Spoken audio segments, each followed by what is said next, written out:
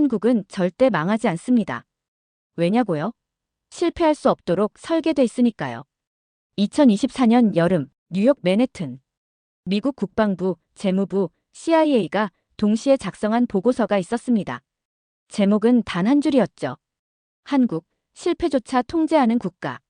삼성전자가 흔들릴 때 K9 자주포 수출은 사상 최고치를 찍었고, 의료기기 주가는 역사적 신고가를 경신했으며 AI 자율주행 전력 SMR, 심지어 피부과 시술 하나까지 전 세계를 움직이고 있었습니다.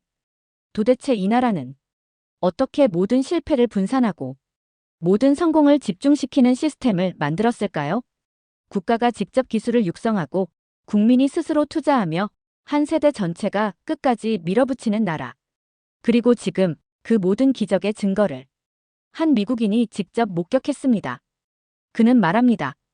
삼성전자에 투자하러 갔다가 조선소에서 울었고 피부과에서 경악했습니다. 이 나라는 숫자로 설명이 안 됩니다. 대체 무슨 사연인지 오늘 사연 바로 시작하겠습니다. 한국 출장 첫날 아침, 늘 하던 대로 호텔 조식을 마친 후 태블릿을 열고 차트를 확인했어요. 삼성전자, SK하이닉스, 원익 IPS. 반도체 종목은 여전히 세계 최상위의 기술력을 자랑했지만 차트는 이미 말라붙어 있었어요. 다른 뭔가가 필요하다고 느낀 순간 작은 클리닉 간판 하나가 제 시야를 끌어당겼습니다. 피부과라는 단어였어요. 호텔 바로 옆이었고 줄이 제법 길었습니다. 놀라운 건 대기줄에 있는 사람들의 복장이었죠. 정장 차림의 중년 남성, 자전거 복장을 한 40대, 캐주얼한 20대 직장인. 여성만 가는 공간이라는 편견은 어디에도 없었어요. 피부과라는 단어가 마치 치과처럼 일상의 일부가 되어 있는 것처럼 보였죠. 피부 관리가 곧 소비고, 소비가 곧 진료고, 진료가 곧 산업인 구조. 그날 처음 접한 단어가 리쥬란이었어요. 연어의 생식세포에서 추출한 PDRN 성분으로 만든 피부 재생 주사라더군요. 듣자마자 터무니없다고 생각했지만 의사가 말하길 이건 의료기기이자 바이오 기술이며 동시에 수출 품목이라고 하더군요. 그 말을 듣고 바로 기업명을 검색했어요. 파마리서치. 한국 코스닥에 상장된 회사였고 시가총액 2조 원이 넘었습니다. 일상의 소비가 아니라 국가 기술로 성장한 기업이었죠. 궁금해진 저는 다음 날 일부러 강남에 있는 피부과를 한 군데 더 찾아갔어요. 예약이 꽉 찼더군요. 대기 중이던 한 60대 남성이 저에게 말했어요. 요즘은 남자들도 10년은 더 젊게 살아야 하잖아요. 이거 투자예요. 투자라니. 미국에선 이 개념을 아직도 사치라 부르지만 한국에선 그게 자산 유지 전략이었어요. 이미 노년층도 산업의 동반자처럼 행동하고 있었던 겁니다. 실제로 의사와 상담을 받아보니 더욱 놀라운 사실이 드러났어요. 리쥬란은 파마리서치에서 만들고요. 보톡스는 휴젤 리프팅 장비는 클래시스에서 나옵니다. 다 코스닥 상장된 한국 기업들이에요. 이 작은 병원 안에 있는 장비 대부분이 이미 주식시장과 세계 수출 시장에서 검증된 무기였던 겁니다. 더욱 충격적인 건 이 제품들이 지금 중국과 동남아, 유럽, 심지어 미국 고급 클리닉에까지 납품되고 있다는 사실이었어요. 그날 밤 귀국 후 만들 리서치 보고서 제목을 바꿨어요. 반도체 다음 투자처에서 한국은 산업을 창조하는 소비자 국가다로.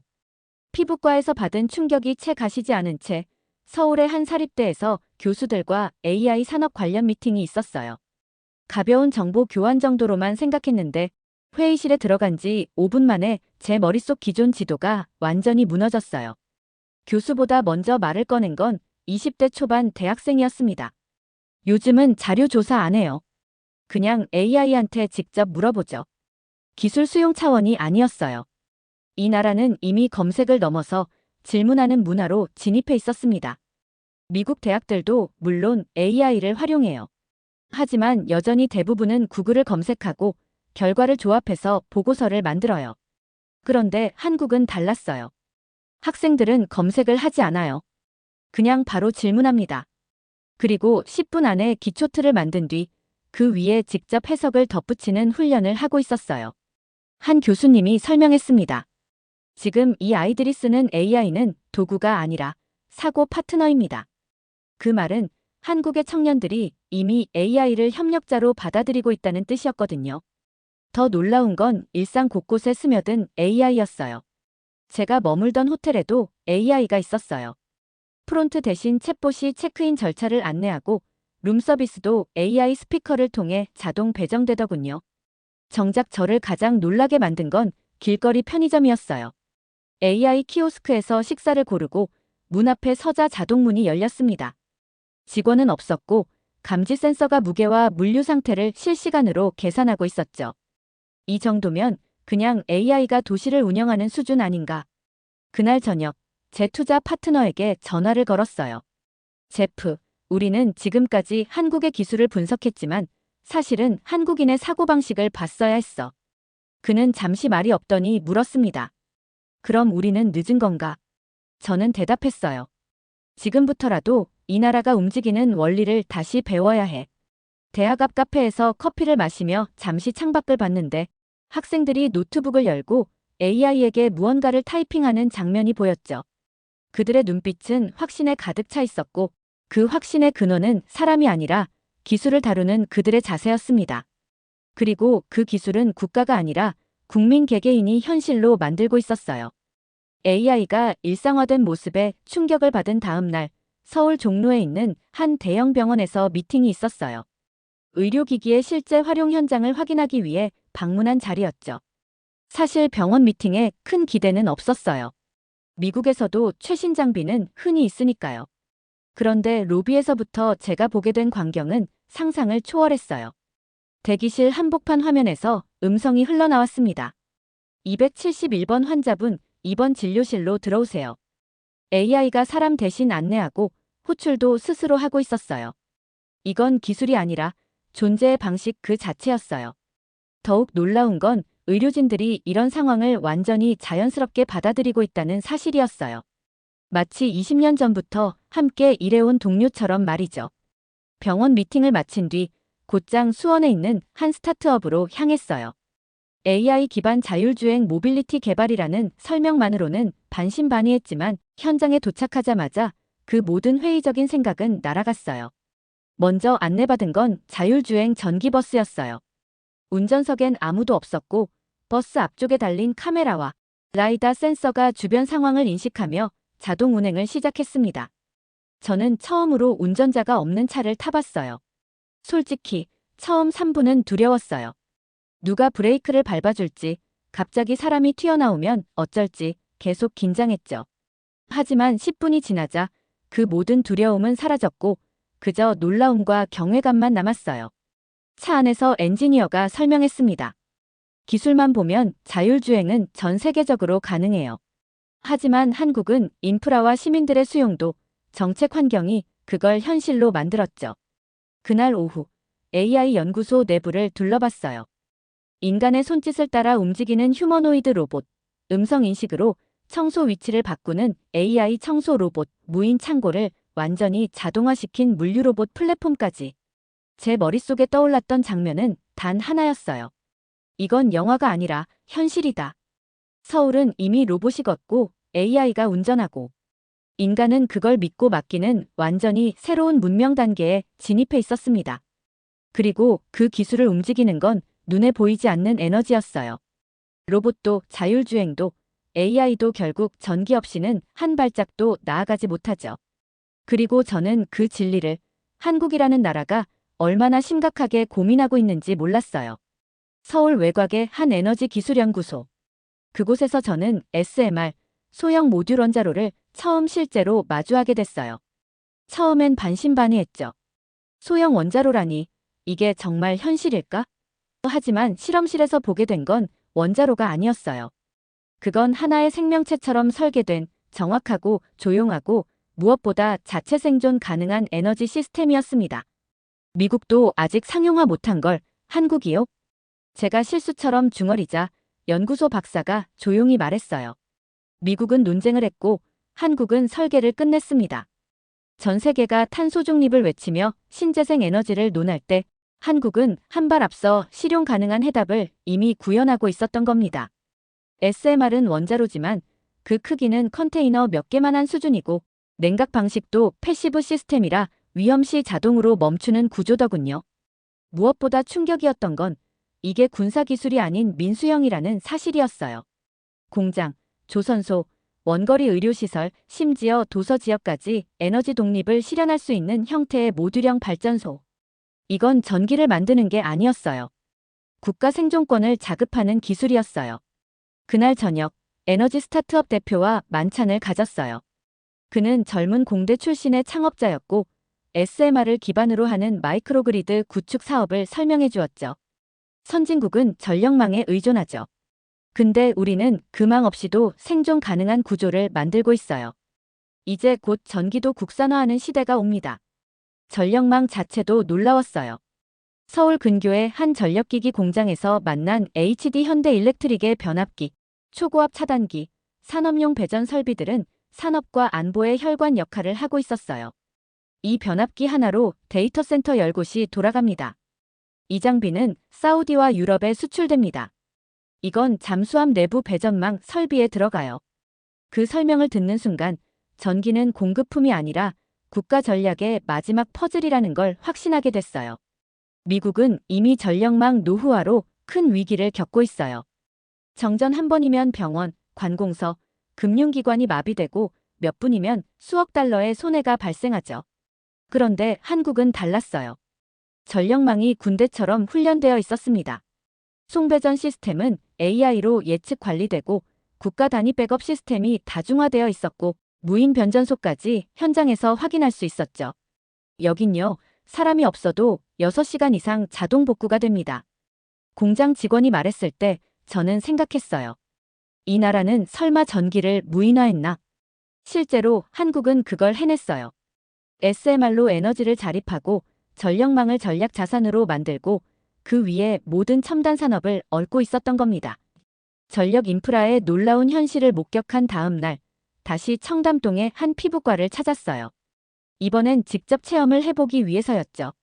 가볍게 시작한 방문이었지만 마취크림부터 주사기, 리프팅 장비까지 전부 한국산이란 사실을 알게 된 순간 그 공간이 더 이상 병원이 아니게 느껴졌어요. 그건 하나의 전시관이자 완성된 수출 산업의 최전선이었습니다. 제가 받은 시술은 두 가지였어요. 하나는 연어 DNA 기반 스킨 부스터 리쥬란 주사, 또 하나는 고강도 리프팅 장비 슈링크 시술이었죠. 사실 피부 관리는 여성들의 전유물이라는 고정관념이 제게도 있었어요. 그런데 대기실을 둘러보니 50대 중년 남성도 회사원처럼 보이는 60대도 너무나 자연스럽게 시술을 받고 있었어요. 그보다 더 놀라운 건 의사와 상담 중 들었던 설명이었어요. 이 작은 병원 안에 있는 장비 대부분이 이미 주식시장과 세계 수출 시장에서 검증된 무기였던 겁니다. 시술을 마친 뒤 병원 원장이 제게 한마디 더 던졌습니다. 우리나라 의료기기, 지금은 미용에서 시작했지만 앞으로는 재생의학, 항노화, 면역치료까지 갈 겁니다. 그는 흥분된 얼굴로 말했지만 저는 오히려 차분해졌어요. 왜냐면 그 말이 꿈이 아니라 계획처럼 들렸기 때문이에요. 며칠 후 일본 도쿄에 있는 지인을 만나 이 경험을 이야기했어요. 그는 조용히 말했죠. 요즘 일본 여성들 한국 와서 피부과만 다녀요. 클래시스가 만든 리프팅 장비요. 우린 그 기술 못 만들어요. 그때 깨달았어요. 한국이 조용히 세계를 점령하고 있다는 건 총과 미사일이 아니라 피부과에서 벌어지고 있는 일이었단 사실을요. 한국은 사람들의 시간을 사고 파는 산업을 만들고 있었어요. 시간은 곧 자산이고 한국은 그 자산을 기술과 제품, 시스템으로 현실화한 유일한 나라였습니다. 피부과에서 의료기기 수출의 놀라운 현실을 목격한 저는 이번엔 완전히 다른 산업을 보고 싶었어요. 서울에서 KTX를 타고 울산까지 내려가는 동안 저는 그저 창밖의 공장들을 스쳐보는 정도로 생각했어요. 그런데 도착한 순간 제 눈앞에 펼쳐진 건 공장이 아니라 움직이는 도시였어요. 거대한 크레인이 수십 대가 하늘을 가르고 있었고 강철이 용접되는 소리, 해풍을 가르는 선박의 뼈대, 그리고 그 모든 것을 정확하게 계산하고 지휘하는 사람들. 여긴 미국에서 사라진 산업의 심장이 그대로 살아있구나. 현장을 안내한 중견 직원은 말했습니다. 요즘 선박 발주 대부분이 한국으로 와요. LNG선, 에탄선, 초대형 탱커, 일본은 다 놓쳤죠. 실제로 확인해보니 세계에서 가장 비싸고 복잡한 선박들은 대부분 한국 조선소에서 출항 중이었어요. 심지어 인도, 노르웨이, 사우디까지 한국 기술 없인 대형선 제작이 어렵다는 보고서도 있더군요. 충격을 받은 건 그 다음이었어요. 여기 설계팀, 평균 연령이 52세입니다. 70년대 조선산업 태동기부터 버티신 분들도 여전히 현역이에요. 무릎을 탁 쳤어요. 이건 기술 계승이 아니었어요. 산업 그 자체를 온몸으로 지켜낸 세대가 살아있었던 겁니다. 그날 저녁, 조선소 퇴근길에 우연히 마주친 한 설계 엔지니어는 제게 이런 이야기를 들려줬어요. 젊은 시절엔 배 한 척 만드는데 3년씩 걸렸어요. 그런데 지금은 AI 설계랑 모듈화로 1년이면 끝나죠. 기술은 발전했는데 우리가 쌓아온 경험은 그대로예요. 그게 한국 조선업의 진짜 무기죠. 다음 날 한화에어로 스페이스라는 방산 기업을 방문했어요. 사실 미국인으로서 한국의 방위산업엔 기대치가 낮았어요. 하지만 도착하자마자 생각이 바뀌었어요. 엔진 조립 라인, 자주포 테스트 센터, 무인 항공기 실험동까지 이건 군수품이 아니었어요. 미래형 전쟁 플랫폼이자 한국 기술의 전투력이었어요. 저기 보이는 게 K9 자주포고요. 이건 폴란드, 핀란드, 호주에서 지금 난리난 모델입니다. 실제로 확인해보니 미국산보다 가볍고 빠르고 유지비도 적은 K9이 동맹국의 핵심 무기로 떠오르고 있었어요. 무엇보다 감탄했던 건 우린 기술은 국산으로, 품질은 글로벌 수준으로 만든다는 개발자의 한마디였어요. 미국에선 군수 계약이 로비의 결과로 이어지지만 한국에선 기술 그 자체가 무기였습니다. 울산에서 조선과 방산의 놀라운 현실을 목격한 저는 이번엔 기술의 뿌리를 찾고 싶었어요. 서울 강서구의 한 중소의료기기 업체를 방문하게 된 건 우연한 기회였죠. 회의실에서 저를 맞이한 대표는 예상보다 훨씬 연륜이 느껴지는 분이었어요. 이름은 정진호. 나이는 67. 서울공대 전자공학과 78학번. 그리고 지금도 매일 오전 7시에 출근한다는 분이었습니다. 은퇴 아직 못했어요. 제가 빠지면 얘들이 어려운 순간 판단을 못하거든요. 그 말에 저는 잠시 말문이 막혔어요. 이 회사를 방문한 이유는 명확했어요. 그들이 만든 국산 피부 재생 레이저가 유럽 CE 인증을 받았고 최근 미국과 동남아에서 한국 미용 장비의 대명사처럼 퍼지고 있었기 때문이죠. 기술력도 중요하지만 제가 진짜 궁금했던 건 그 기술을 누가, 어떻게, 왜 만들었는가였어요. 정 대표는 조용히 저를 테스트룸으로 안내했어요. 낡은 설계도면, 이름이 흐릿해진 PCB 회로, 주석이 덕지덕지 붙은 반도체 패널들. 그 위엔 2003년 자비 투입, 1차 실패란 메모가 붙어 있었어요. 이게 첫 번째 모델이에요. 고객에게 욕도 먹고 공장 불도 났었죠. 그러면서도 그가 덧붙인 말은 이거였어요. 멈출 수 없었어요. 그땐 수입산 말고 우리가 만든 게 있어야 했거든요. 기술 개발이 아니었어요. 한 세대의 책임감, 자존심, 그리고 국가적 자각의 결과물이었죠. 정 대표는 이어 말했어요. 지금 젊은 친구들은 기술을 사업으로 접근하잖아요. 근데 우린 기술을 국가로 봤어요. 우리가 안 만들면 우리 국민이 또 남의 걸 써야 했거든요.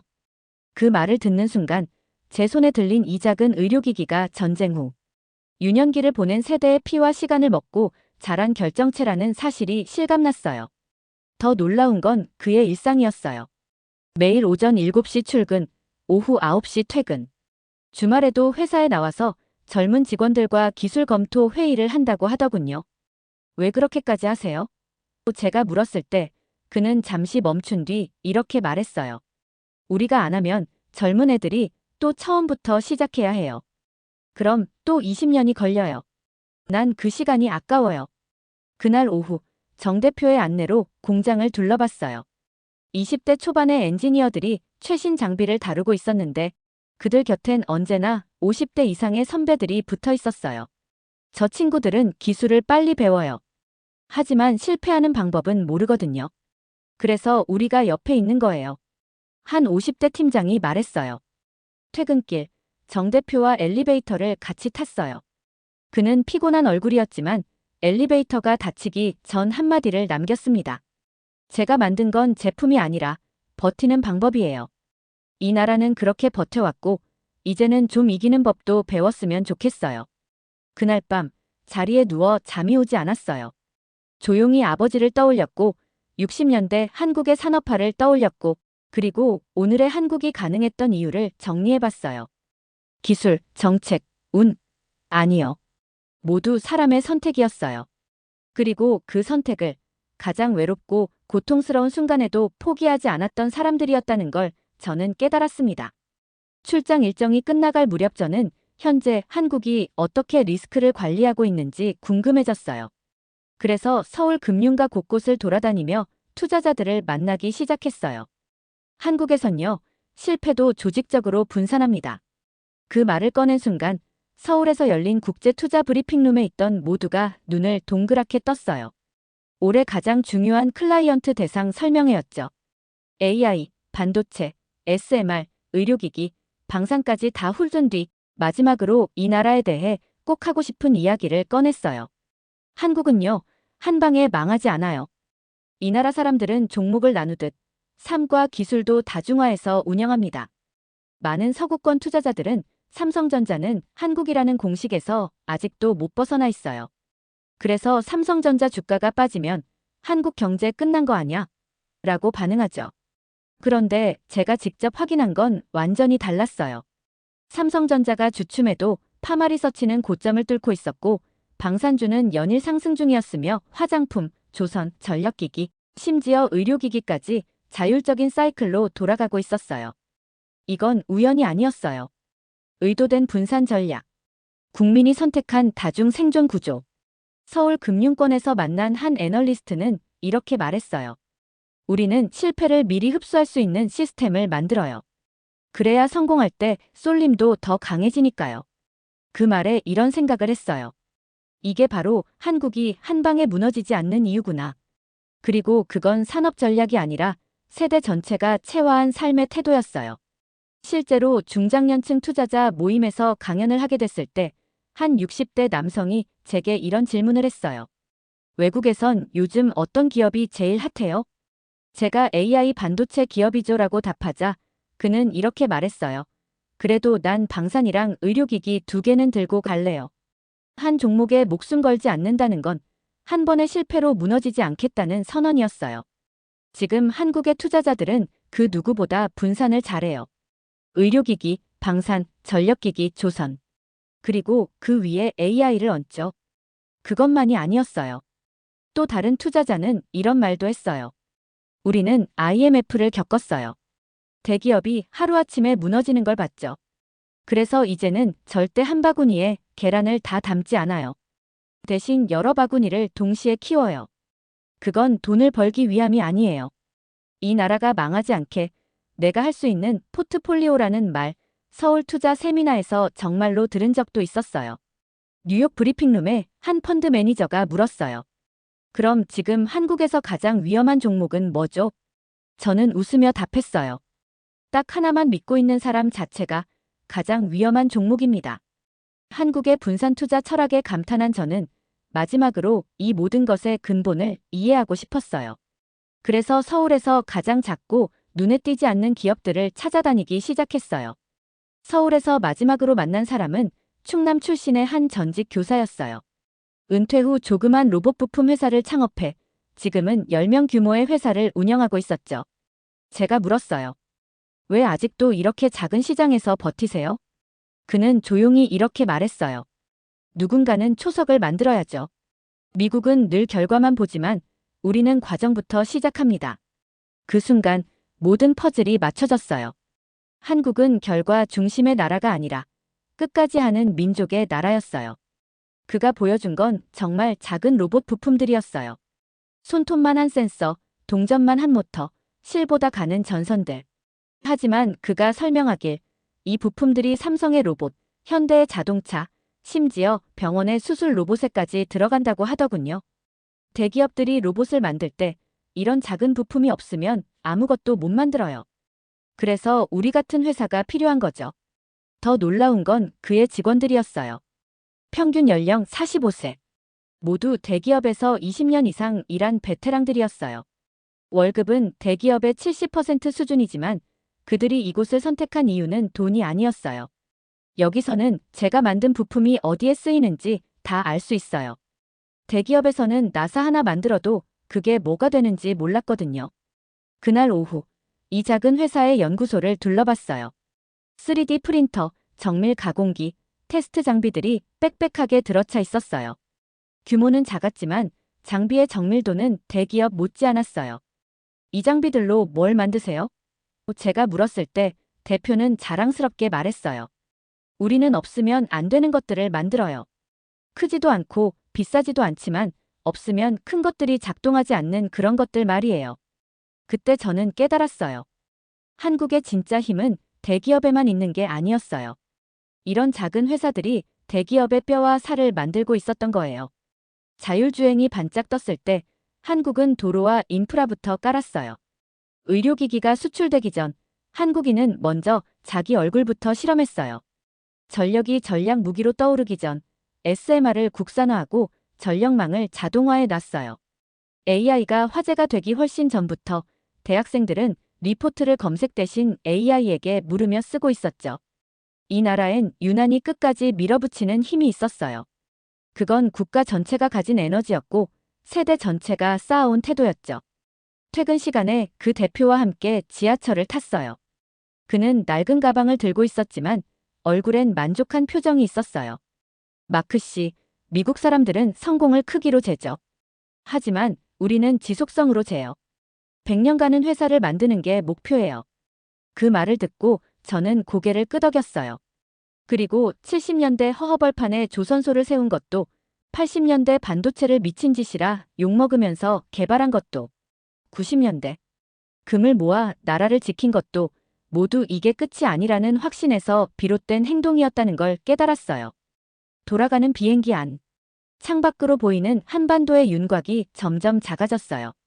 하지만 그날 저는 이상하게도 떠나는 느낌이 들지 않았어요. 오히려 무언가에 빚을 졌다는 생각이 들었죠. 이 여정은 반도체 분석을 위해 시작된 출장. 하지만 제가 마주한 건 산업이 아니라 사람과 신념이었어요. 처음엔 반도체만 보였어요.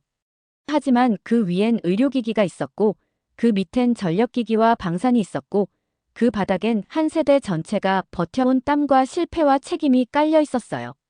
한국은 기술이 모자라면 시간을 붙이고 돈이 없으면 아이디어를 붙이고 사람이 부족하면 국민이 직접 뛰었어요. 그리고 지금은 그 결실이 세계를 향해 열리고 있는 순간이었어요. 미국에 도착한 날, 제 사무실 벽에 한국 지도를 다시 걸어두었어요. 작고 낡은 지도였지만 이젠 그 안에 수십 개의 산업, 수백 개의 기업, 수만 개의 작은 회사들, 그리고 한 민족의 70년 역사가 겹쳐져 보였어요. 최종 보고서의 마지막 문장에는 오직 한 줄만을 남겼습니다. 한국은 가진 걸 키우는데 목숨 거는 유일한 나라였다. 두 번째 사연 시작합니다. 처음엔 한국을 그냥 중국 옆에 붙어있는 작은 나라쯤으로 생각했습니다. 경제적으로는 일본의 그림자에 가려있고 정치적으로는 북한이라는 폭탄을 안고 사는 불안정한 국가라고 단정했죠. 그랬던 그가 중국을 떠났고 한국에 정착하기로 했다고 합니다. 전 세계가 흔들릴 때 그 혼란 속에서도 유일하게 예측 가능하게 질서 있게 조용히 전진하던 나라. 그는 말합니다. 이 나라는 기술로 움직이는 게 아닙니다. 사람이 시스템을 지탱합니다. 한국은 이 시대의 정답입니다. 대체 무슨 사연인지 오늘 사연 바로 시작하겠습니다. 저는 20년 넘게 공급망 분석을 해온 사람입니다. 지금 생각해보면 제가 정말 잘한 선택이 하나 있습니다. 2024년 11월 저는 중국 베이징 지사를 철수하기로 결정했고 2025년 1월 정식으로 서울의 전략 거점을 재배치했습니다. 처음엔 이 결정이 과감하다는 평가를 받았습니다. 어떤 동료는 중국에서 철수한다는 건 너무 성급한 거 아니냐고 말했죠. 하지만 그로부터 단 2달 뒤 2025년 3월 16일 모든 것이 명확해졌습니다.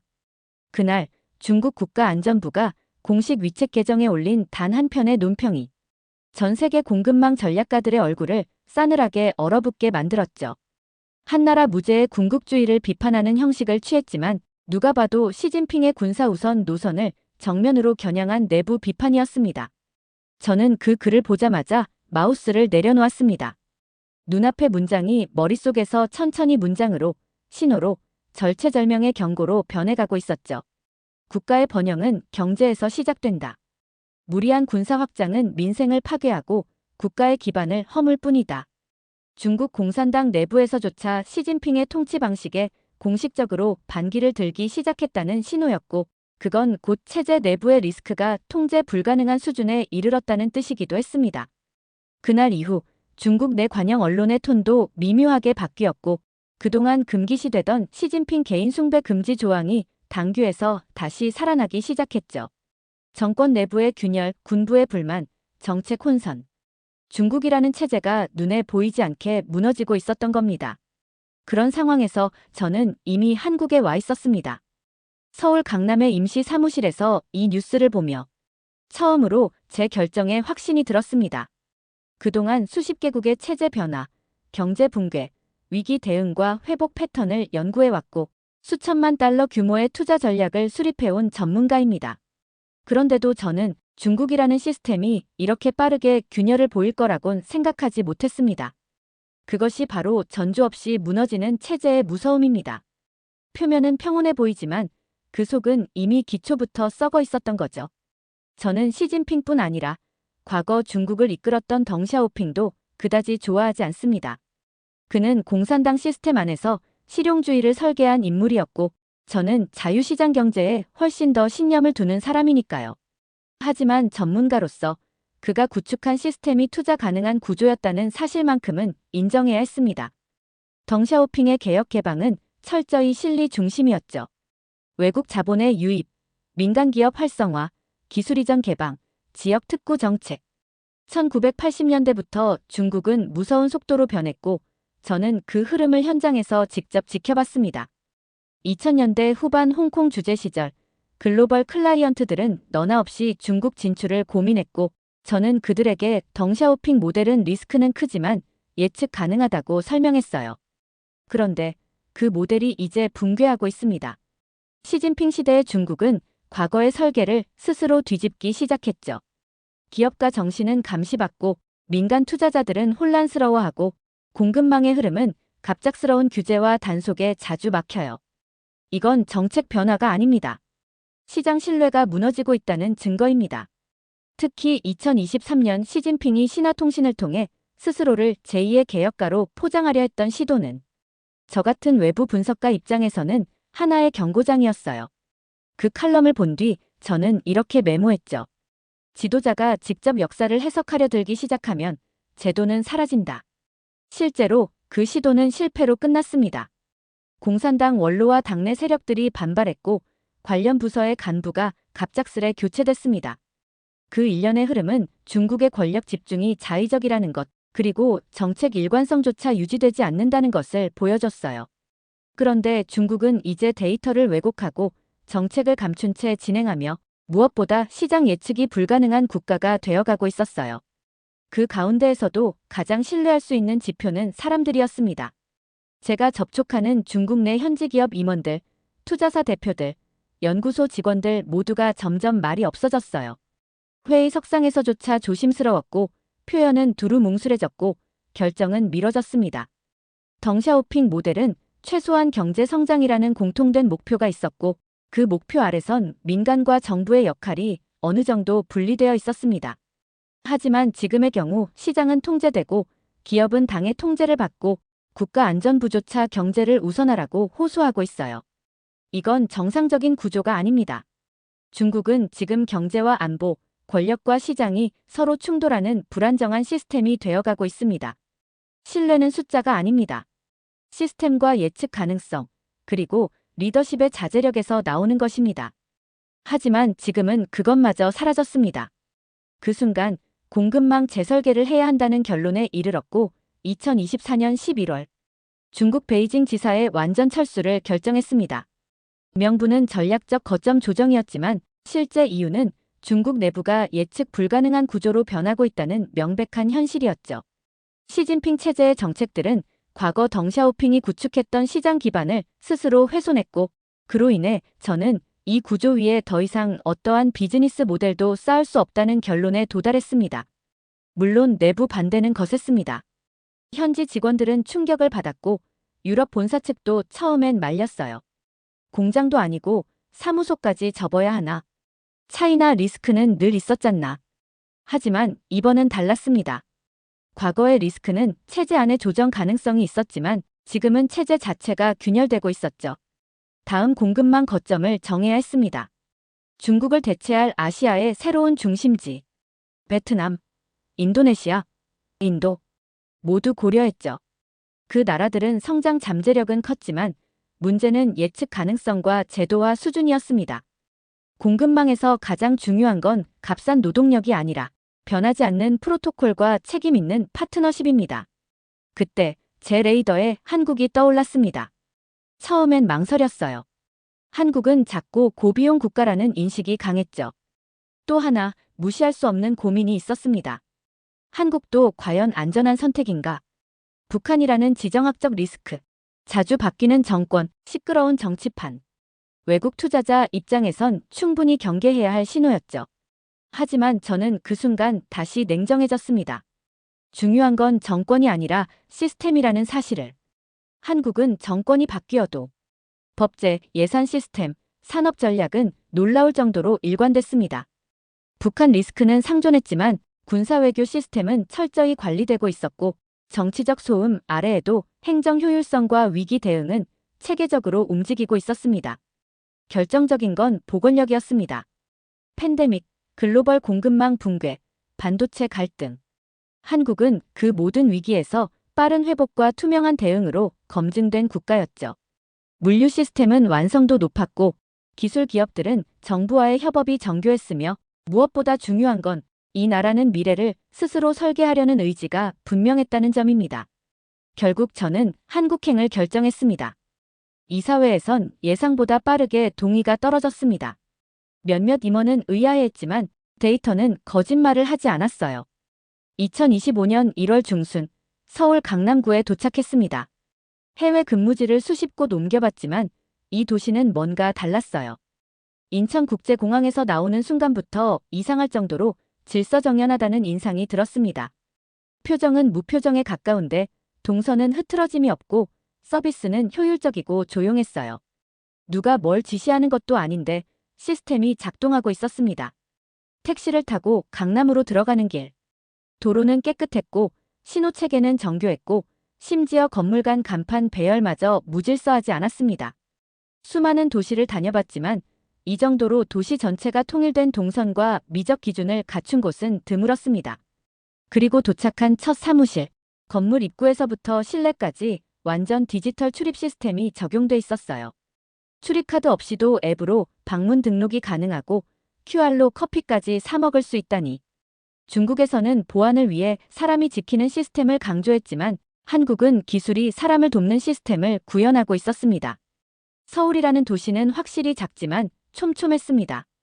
좁은 땅에 압축된 인프라, 빽빽하지만 효율적인 교통망, 그리고 놀라운 건 이 모든 게 말없이 움직이고 있다는 사실이었습니다. 그건 사실 기술의 문제가 아니었어요.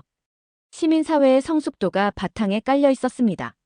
사람들이 줄을 서는 이유는 경찰 때문이 아니라 그게 더 빠르다는 걸 이미 모두가 체험했기 때문이었어요. 중국에서의 경험과 비교하면 충격적이었죠.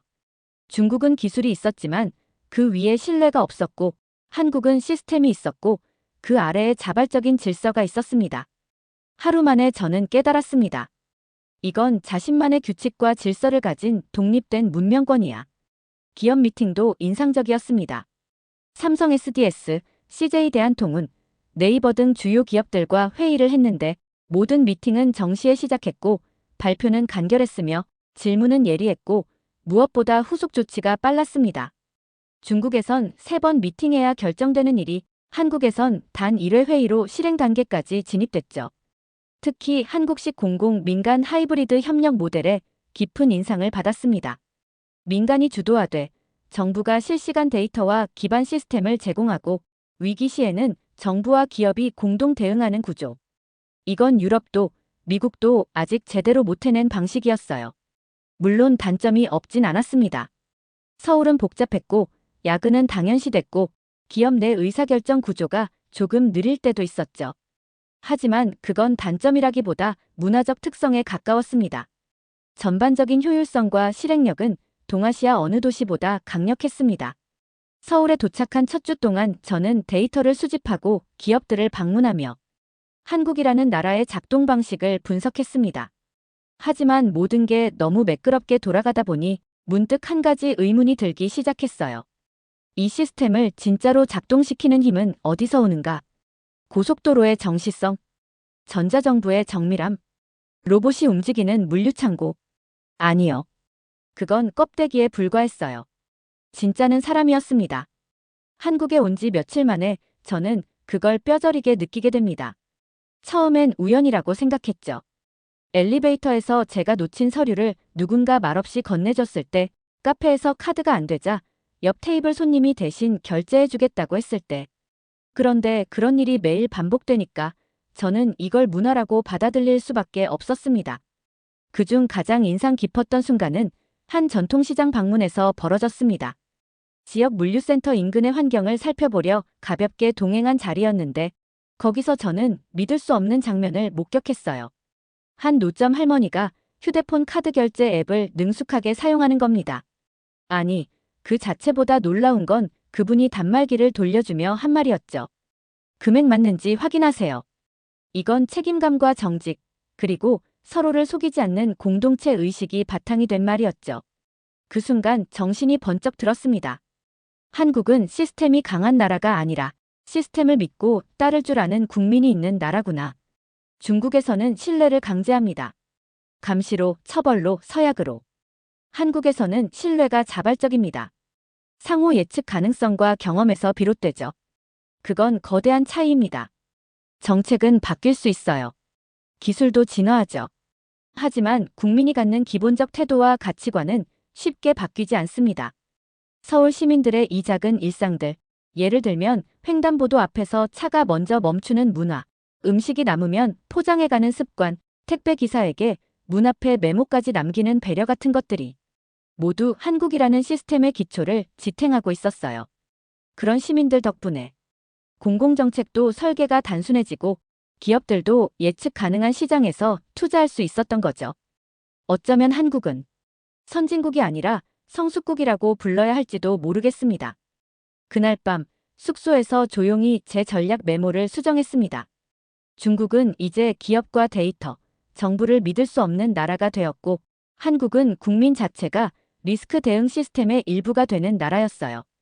진짜 충격은 거기서 왔습니다. 기계가 아닌 사람, 기술이 아닌 마음, 권위가 아닌 상호 존중. 그게 이 나라를 여기까지 끌고 온 거였죠. 그날 이후 한국이라는 나라를 다양한 시선으로 분석했습니다.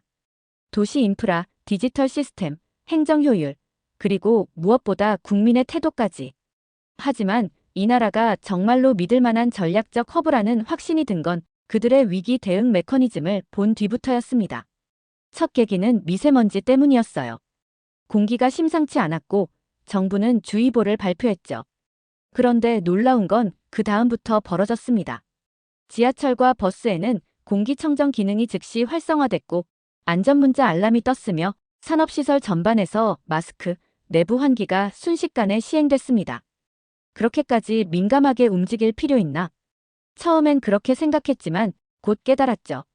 한국은 위기 대응을 한 번에, 동시에, 전방위적으로 합니다. 한국은 작은 나라입니다. 그렇기에 더더욱 한 번의 실수가 국가 전체에 영향을 줄 수 있다는 걸 잘 알고 있더군요. 그래서인지 정책은 즉각적이었고 실행은 민간과 공공이 함께 굴러가고 있었어요. 가장 인상 깊었던 건 산업계의 움직임이었습니다. 제가 자문 중이던 물류기업에서는 미세먼지 경보 발령 6시간 만에 배송 차량 운행 계획을 새로 짜고 공장 근무조를 분산 재편성했습니다. 중국이었다면 적어도 이틀은 걸렸을 겁니다. 심지어 정부 방침조차 내려오기 전에 민간이 선제 조치를 취한다는 건 저에겐 거의 문화 충격에 가까웠습니다. 이 나라의 대기업들은 매출 덩어리가 아니었습니다. 그들은 위기 상황에서 정부와 데이터, 인력을 실시간으로 교환하며 일종의 민간형 컨트롤 타워처럼 작동하고 있었어요. 실제로 한 통신기업 회의에서 정부 측 기술자가 직접 사무실에 파견되어 데이터 연동 프로토콜을 조율하는 장면을 보며 저는 생각했죠. 이건 선진국도 못하는 일이야. 여긴 분명히 뭔가 다른 질서로 움직이고 있어. 제가 본 한국의 진짜 경쟁력은 단일 기술이 아닌 다층 방어선이었습니다. 하드웨어, 소프트웨어, 행정, 그리고 시민의 행동. 이 네 가지가 동시에 연계되며 국가 전체가 하나의 생물처럼 대응하더군요. 그게 가능한 이유를 두 가지로 정리했습니다. 첫째, 시민의 학습 속도. 둘째, 국가 시스템에 대한 일정 수준의 신뢰. 신뢰. 이 단어를 중국에서 쓰긴 참 어려웠습니다. 그곳에서 시스템이 신뢰를 강요했다면 한국은 신뢰를 자발적으로 작동시키고 있었어요. 이런 나라라면 단기적 성과보다 장기적 생존력이 압도적일 수밖에 없겠죠. 그리고 저는 그때 확신했습니다. 이 나라는 내가 분석해온 다른 나라들과 차원이 다르다. 지표상으론 비슷할 수 있습니다. 하지만 이 속도와 적응력은 어느 표준 모델에도 들어가지 않는 변수였죠. 다음 날 저는 본사에 연락을 넣었습니다. 서울 본부의 확장과 정착을 전제로 한장기 전략 재수립을 요청했어요. 한국에서 한 달이 지났을 무렵 런던 본사에 있는 제 동료들과의 정기 화상회의가 열렸습니다. 화면 속에는 오랜 파트너들도 있었고 그 중에는 한때 중국 진출을 강력히 주장하던 이사도 있었습니다. 오스카, 서울은 어때? 그렇게들 말할 만큼 진짜 괜찮아. 회의가 끝나자마자 그가 저에게 따로 메시지를 보냈죠. 잠시 고민하다가 이렇게 답했습니다. 너희가 알고 있는 한국은 아마 10년 전 버전일 거야. 지금은 완전히 다른 클래스야. 사실 그날 이후로도 비슷한 연락이 계속 이어졌습니다. 홍콩, 싱가포르, 도쿄, 자카르타, 프랑크푸르트. 각국의 경제 분석가, 물류 전략가, 정부 고문들까지 하나같이 저에게 똑같은 질문을 던졌어요. 정말 한국이 그 정도로 안정적이야? 한국이 중국을 대체할 수 있어? 저는 항상 같은 방식으로 대답했습니다. 단기 매출보다 장기 생존을 원한다면 지금은 한국이다. 중국이 위태로워질수록 사람들은 더 신중해졌고 불안한 투자처 대신 예측 가능한 파트너를 원하기 시작했어요. 그리고 그 목록에서 한국은 점점 위로 올라오고 있었습니다. 저는 그들에게 구체적인 사례를 들려줬죠. 삼성물산이 독일 물류기업과 AI 기반 예측 배송 시스템을 공동 개발했고 SK는 중동 국가들과 저탄소 연료 기술을 협업 중이었으며 카카오 모빌리티는 자율주행 물류 테스트를 서울 중심부에서 벌이고 있었어요. 그들이 놀라는 건 당연했죠. 대부분의 나라에선 이 정도 프로젝트는 시범도시 한 곳에서만 제한적으로 이뤄지니까요. 한 프랑스인 동료는 이런 말도 했습니다. 우린 늘 일본을 안정적 파트너라고 배웠는데 지금은 오히려 한국이 더 유연하고 강단 있어 보여. 그 차이가 뭘까? 잠시 망설이다 이렇게 답했죠. 일본은 과거를 반복하는 나라고 한국은 미래를 흡수하는 나라야. 그 말이 끝난 순간 회의실의 공기가 묘하게 정적이 돌았어요. 그들이 알고 있던 한국은 한류 혹은 삼성 정도였으니까요. 하지만 지금 제가 전하고 있는 건 한 국가의 전략적 신뢰도 자체가 바뀌고 있다는 사실이었죠. 어느 날 한 싱가포르 기업의 CEO는 저에게 한국 지사 설립에 대한 실무자문을 요청해 왔습니다. 너처럼 서울로 옮기고 싶어. 도와줄 수 있겠나? 그 순간 제 결정이 직관이 아니었음을 확인할 수 있었습니다.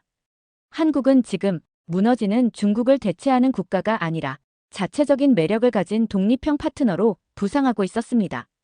그리고 점점 더 많은 이들이 묻고 있었죠. 정말 한국이 그렇게 다르냐? 저는 더 이상 긴 설명도 수치도 필요하지 않았습니다. 이 나라의 도로, 병원, 기업, 식당, 학교, 그리고 사람들 자체가 그 증거였으니까요. 하루는 강릉에서 열린 작은 물류 포럼에 참석한 뒤 서울로 돌아오는 고속열차를 타게 됐습니다. 날씨는 흐렸고 창밖의 풍경은 겨울답게 조금은 무채색이었죠. 저는 조용히 앉아 있었습니다. 그런데 제 앞좌석에 앉은 노부부가 종이봉투에서 귤을 꺼내어 제게 내미는 겁니다. 외국에서 오셨어요? 날씨 추우니까 이거나 좀 드세요. 전혀 예상치 못한 제안에 저는 당황했지만 그 순간 어렴풋이 알 수 있었어요. 국가 시스템, 기술, 대응력, 글로벌 평판. 하지만 그 모든 것의 밑바닥을 흐르는 건 바로 이 인간적인 정서, 서로를 챙기려는 본능적 마음이었습니다. 서울에 온 지 2달이 되어가던 어느 날, 한 초등학교 앞을 지나가다 학생 둘이 서로의 책가방을 챙겨주며 뛰어가는 걸 봤습니다. 한 명은 넘어졌고 다른 한 명은 자기도 늦을까봐 조급해하면서도 먼저 친구의 손부터 잡았습니다. 그 장면을 보며 문득 제 아들이 어릴 적 다녔던 런던의 학교가 떠올랐습니다. 경쟁을 조장하던 시스템, 너 아니면 나였던 교육. 지금 와서야 깨닫습니다. 진짜 강한 사회는 서로를 밀어내는 경쟁이 아니라 함께 살아남는 협력이 기반이 되는 곳이라는 걸요. 그 이후 저는 한국에서 의도치 않게 여러 번 도움을 받았습니다. 공공기관에 서류를 잘못 제출했을 때 직원이 직접 관련 부처에 전화를 걸어 조율해줬고, 택배를 놓쳤을 땐 편의점 직원이 다음 날까지 보관해줬으며, 출장 중 휴대폰을 잃어버렸을 땐 그걸 주운 청년이 2정거장 밖 지하철역까지 와서 직접 전달해줬습니다. 이런 걸 수치로 설명할 수 없습니다. 그렇다고 제 보고서에 이런 내용을 넣을 수도 없겠죠. 하지만 제 신뢰는 바로 이런 장면들에서 만들어졌습니다. 한국은 지표로만 보면 작은 나라입니다. 인구도 많지 않고 자원도 부족하며 지정학적 압박도 여전히 존재하죠. 하지만 제가 지금까지 본 한국은 그 어떤 위기에도 함께 버티고 함께 움직이고 끝내 살아남는 나라였습니다. 여기에는 정제된 공공 시스템도 있고 극한의 기술 효율도 있지만 그걸 뒷받침하는 국민 개개인의 의식 수준이 있었어요. 한국은 빠르지만 그 빠름이 불안을 동반하지 않습니다. 질서가 있지만 그 질서는 억압이 아니라 자발성에 기초합니다. 그리고 기술이 있지만 그 기술은 사람을 잊지 않습니다. 저는 평생 수많은 국가를 분석해왔습니다. GDP 성장률, 물류 효율, 사회적 비용, 생산성. 그 모든 요소를 점수화하며 수많은 보고서를 작성했죠. 하지만 지금 단 하나의 문장을 제 노트 마지막 페이지에 적고 있습니다. 나는 한국을 신뢰한다. 이건 전략도 분석도 숫자도 아닙니다. 오로지 살아보며 느낀 것들에서 비롯된 결론이죠. 앞으로의 10년을 이 나라와 함께 설계해 가기로 결정했습니다. 어쩌면 저는 공급망을 연구하러 서울에 왔다가 사람의 신뢰를 배우고 돌아가는 것일지도 모르겠습니다. 그건 제 인생에서 가장 값진 수학이었습니다. 오늘 사연이 재미있으셨다면 구독과 좋아요, 알림 설정까지 부탁드립니다. 더 재미있는 사연으로 돌아오겠습니다. 이상 감동탐험이었습니다.